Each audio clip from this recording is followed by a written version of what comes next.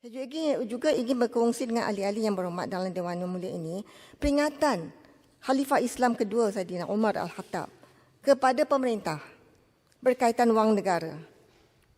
Beliau menyarankan terdapat 3 perkara yang perlu diberi perhatian. Satu, hendaklah dipungut dengan kadar jumlah yang tidak membebankan. Perlu dibelanja kepada mereka yang berhak dan jangan sekali-kali dibelanjakan kepada mereka kepada perkara yang tidak berfaedah. Kedudukan saya Umar mengatakan dengan wang negara adalah samalah kedudukan di antara pengamanah harta anak yatim. Jika saya berkemampuan, tidak mengambil sedikit pun. Dan jika saya perlu atau dia kemampuan, saya akan mengambil mengikut keperluan minima. Itu yang betul. Jika kita amati kenyataan media Istana Negara pada 4 November, Sri Paduka Baginda mengzahirkan penghargaan atas semangat bipartisan dan bermuafakatan dalam kalangan parti-parti politik.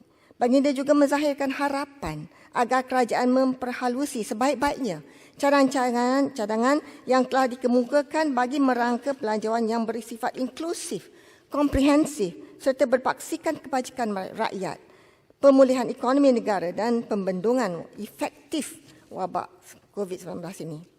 Saya berpendapat bahawa keadaan rakyat yang rentan dengan izin vulnerable akibat wabak COVID-19 sepatutnya menjadi asas utama dalam rangka belanjawan 2021 yang seharusnya memberi manfaat kepada rakyat terbanyak.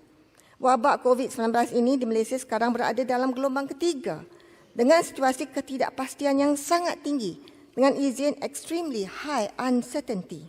Oleh itu saya mencadangkan agar Parlimen menubuhkan jawatan kuasa pilihan khas berkaitan wabak COVID-19 yang bipartisan bagi meneliti aspek-aspek dasar pembelanjaan dan pentadbiran berkaitan wabak COVID-19 serta berfungsi hingga wabak ini diisytiharkan tamat. Datuk Yang Dipertua, terima kasih saya ucapkan kepada Yang Berhormat Senator Menteri Kewangan yang menemui wakil-wakil Pakatan Harapan selama kira-kira 2 jam bagi kami menyampaikan cadangan-cadangan kami, dan saya sangat berharap ianya bukanlah sekadar dengan izin public relations exercise sahaja, tetapi saya ingin menyaksikan satu norma baru berlaku dalam negara kita apabila the government of the day dengan izin bersedia menerima dan melakukan perubahan pada kandungan belanjawan sebelum pengundian untuk meluluskannya. Saya merujuk kepada ucapan-ucapan perbahasan yang disampaikan oleh Yang Berhormat Pak Dickson, Yang Berhormat Kuala Bandar Baru, Yang Berhormat Subang dan juga pemimpin-pemimpin Pakatan Harapan yang lain.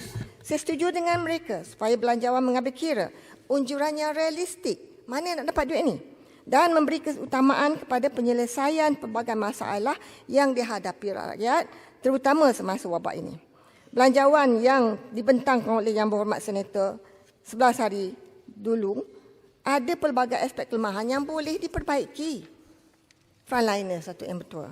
Umpamanya, pembelanjaan untuk barisan hadapan frontliners dengan izin tidak menyeluruh dan ada dalam kalangan mereka yang merungut proses permohonan bayaran kerja lebih overtime adalah rumit dan membebankan bukan meringankan dalam kerja teruk, risiko tinggi. Selain itu kita juga boleh menukarkan status mereka yang berstatus pekerja kontrak. Masa kita perlu, kita ada kontrak. Tapi tukarkan mereka kepada pekerja tetap. Kerajaan perlu memastikan bahawa dalam mereka melaksanakan tugas, keluarga dan anak-anak mereka seharusnya diberi perhatian daripada sudut insentif penjagaan anak-anak, keselesaan belajar dan jaminan suasana pekerjaan yang selamat dan langkah-langkah untuk melindungi mereka terjamin. Langkah ini penting sebagai penghormatan dan pengiktirafan yang sedikit sebanyak dapat membantu mereka, memberi motivasi pada mereka di samping mengurangkan kerisauan petugas-petugas mengenai keluarga mereka. Saya ingin merakamkan setinggi-tinggi penghargaan kepada seluruh petugas barisan hadapan dan yang bertungkus lumus dalam usaha mengawal penularan wabak ini. Datuk Yang Dipertua, Belanjawan 2021 mestilah membendung hakisan kemajuan gender equality atau gender equality dengan izin yang disebabkan oleh pandemik COVID. Semasa pandemik ini, kemunduran untuk wanita di Malaysia amat ketara dalam 3 aspek, termasuklah keselamatan daripada keganasan berdasarkan jantina atau dengan izin gender-based violence dan keselamatan dalam pekerjaan. Pertama sekali, pelaksanaan tempoh kawalan pergerakan PKP ini telah menyebabkan peningkatan risiko keganasan rumah tangga. Belanjawan 2021 mestilah mengutamakan perbelanjaan untuk meningkatkan penguatkuasaan undang-undang dan perkhidmatan sokongan untuk mangsa kes keganasan berdasarkan gender. Misalnya, pihak kerajaan boleh menyediakan satu inter-agency fund dengan izin untuk melatih responden pertama, termasuk pegawai polis, perubatan dan kebajikan untuk mengendalikan kes keganasan berdasarkan gender. Pada masa yang sama dengan izin unpaid care work. Tambahan kita ketika keluarga terkurung di rumah telah menyebabkan lebih sukar bagi pekerja wanita menumpukan masa yang diperlukan untuk bekerja bergaji. Oleh itu, dasar belanjawan mesti menutup jurang gender dalam pekerjaan yang berterusan. Datuk Yang di-Pertua, berdasarkan kajian agensi mampu yang dijalankan mulai 26 November 2018 hingga Jun 2019, nisbah pekerja sosial di Jabatan Kebajikan Masyarakat JKM berbanding penduduk Malaysia adalah sangat rendah. Iaitu seorang pekerja bagi setiap 8,500 rakyat Malaysia.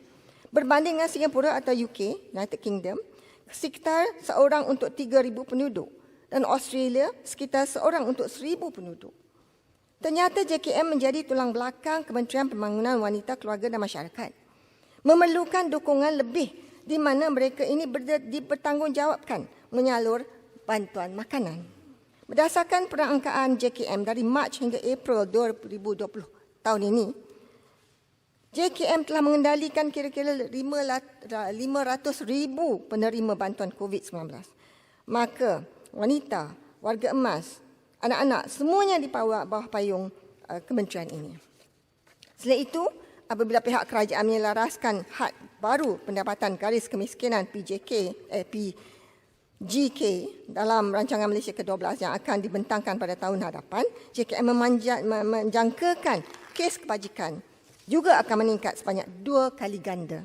Malangnya KPWKM hanya diperuntukkan jumlah 2.6 bilion, kurang daripada 1% daripada jumlah 322 bilion ringgit belanjawan 2021 tanpa pertambahan peruntukan substansial bagi KPWKM berbanding dengan tahun 2020. Perkara ini adalah amat tidak munasabah memandangkan Malaysia mempunyai 15.9 juta wanita bersamaan 48.5% rakyat Malaysia. Hampir separuh daripada rakyat Malaysia adalah wanita. KPWKM pada hemat saya wajar dijadikan kementerian kanan sekiranya kita ingin menangani pandemik ini. Datuk Yang di-Pertua, seterusnya saya mengalih pertumpuan perhatian kepada kesihatan mental. Sejak pelaksanaan tempoh Pemerintah Kawalan Pergerakan ini, PKP ini, pada awal tahun ini, Pusat Panggilan Talian Kasih telah melaporkan bahawa jumlah panggilan yang diterima telah meningkat sekali ganda daripada 6,770 kepada 12,240 panggilan berbanding bulan Oktober. Pihak NGO seperti Befrienders dan Women's Aid Organisation juga telah mengalami kadar peningkatan yang ketara dalam jumlah panggilan dan mesej WhatsApp. Untuk makluman semua, kesihatan mental dan penyalahgunaan bahan boleh mencetus keganasan rumah tangga atau penderaan kanak-kanak dan ada yang menjadi akibat daripada keganasan rumah tangga atau penderaan kanak-kanak terjadi mental. Oleh itu, kita menyambut baik pengumuman pihak kerajaan berkenaan peruntukan 24 juta untuk menangani isu kesihatan mental serta usaha pencegahan keganasan dan kecederaan sangat diperlukan memandangkan tempoh tekanan dan ketidaktentuan ekonomi ini. Namun demikian, pihak kerajaan perlulah memberikan maklumat dan butiran secara lebih lanjut mengenai program-program dan bagaimanakah rakyat dapat memanfaatkannya. Pada pendapat saya, pihak kerajaan haruslah memperuntukkan sekurang-kurangnya 5 juta khusus untuk beroperasi dan menambah baik perkhidmatan Pusat Panggilan Talian Kasih. Termasuklah perkhidmatan talian kecemasan 24 jam yang dikendalikan oleh orang awam dan NGO. Tujuan peruntukan ini juga boleh digunakan untuk memberi latihan kepada pegawai yang mengendalikan pusat panggilan untuk meningkatkan keberkesanan dan kemampuan mereka.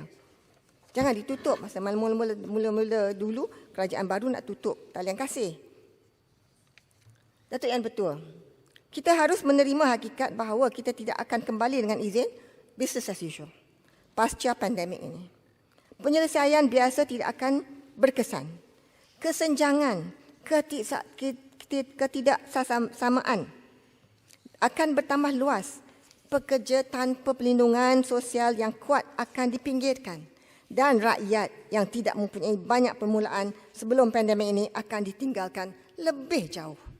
Justru saya memohon pihak kerajaan untuk lebih komited memperkuatkan kesejahteraan rakyat yang teramat rentan dalam lapisan rakyat masyarakat negara kita. Datuk Yang Betul, big data dengan izin ada di DOSM, SSM, KDN, KWSP, KSM dan Pekeso. Sudah cukup sebagai permulaan untuk digabungkan dengan data pekerja sektor informal yang telah dimulakan oleh pihak MDEC untuk sektor ekonomi gig. Big data ini dengan izin memainkan peranan penting dalam kita menyenarai dan mensasarkan apa-apa bantuan kepada mereka yang memerlukan. Dianggarkan hampir 2 juta pekerja sektor informal yang paling vulnerable dengan izin kerana tidak berdaftar dengan SSM, KWSP, Pekeso dan MDEC. Dengan adanya maklumat lengkap serta kepakaran big data dan analytics ini dengan izin yang ada pada DOSM, Pekeso dan lain-lain, golongan profesional berupaya membuat job matching dengan izin, padankan dengan profil mereka pekerja dan majikan, lokasi majikan dan pencari pekerja, mencari kerja, kekosongan pekerjaan, tahap kemahiran dan latihan yang diperlukan. Saya berharap YB Perdana Menteri dan YB Menteri Sumber Manusia yang berada dalam Majlis Pekerjaan Negara menyediakan peruntukan secukupnya untuk memastikan padanan kerja dapat membantu lebih ramai rakyat mendapat pekerjaan yang setimpal, sekaligus turut mengurangkan masalah underemployment dengan izin dalam kalangan graduan. Pakej rangsangan one-off ini diperlukan tetapi tak sustainable. Kita berharap menggalakkan ramai lagi rakyat kita mengisi kekosongan tempat pekerja asing dengan ganjaran dan insentif yang lebih baik, seperti yang telah dimulakan melalui Malaysia at Work. Dalam masa yang sama, apa-apa untuk menguruskan PKP, PKPP, PKPB, PKPD, MKN perlulah mengambil kira keperluan sektor perniagaan dan perusahaan dan perkhidmatan. Dan jangan tergesa-gesa tukar sana, tukar sini SOP yang boleh mengelirukan, menjejaskan ramai lagi pengusaha dan pekerja. Merujuk kepada KWSP, terima kasih kepada kepada KWSP kerana mendengar rintihan rakyat yang disuarakan oleh wakil-wakil rakyat kita. Apakah lebih menyeluruh jika iSinar merangkumi mereka pencarum yang pendapatan mereka telah dipotong 25% ke atas. Walau bagaimanapun kita mohon agar proses ini dipermudahkan. Ni nak buat janji temu, lepas tu nak pergi sana, tak cukup orang, tak cukup pekerja, tunggu lama-lama. Ini kita perlukan, rakyat memerlukan wang itu secara segera. Dan juga saya ingin mengatakan bahawa kerajaan mempertimbangkan menilai semula pelaksanaan moratorium belanja bayaran bulanan ke atas pinjaman perumahan, kenderaan serta perniagaan industri kecil, mikro secara bersasar. Datuk Yang Betul, sikit lagi saya mohon, ini penting ya. Saya mencadangkan supaya allowance dan yuran pengurusi mana-mana ahli yang berhormat yang menjadi pengurusi mana-mana JLC, JLIC dikurangkan sebanyak 50% dan pengurangan ini disalurkan, bukan kurang-kurang saja macam tu, disalurkan sebagai tanggungjawab sosial korporat atau CSR kepada tabung COVID sebab YB ni telah bergaji pun kan.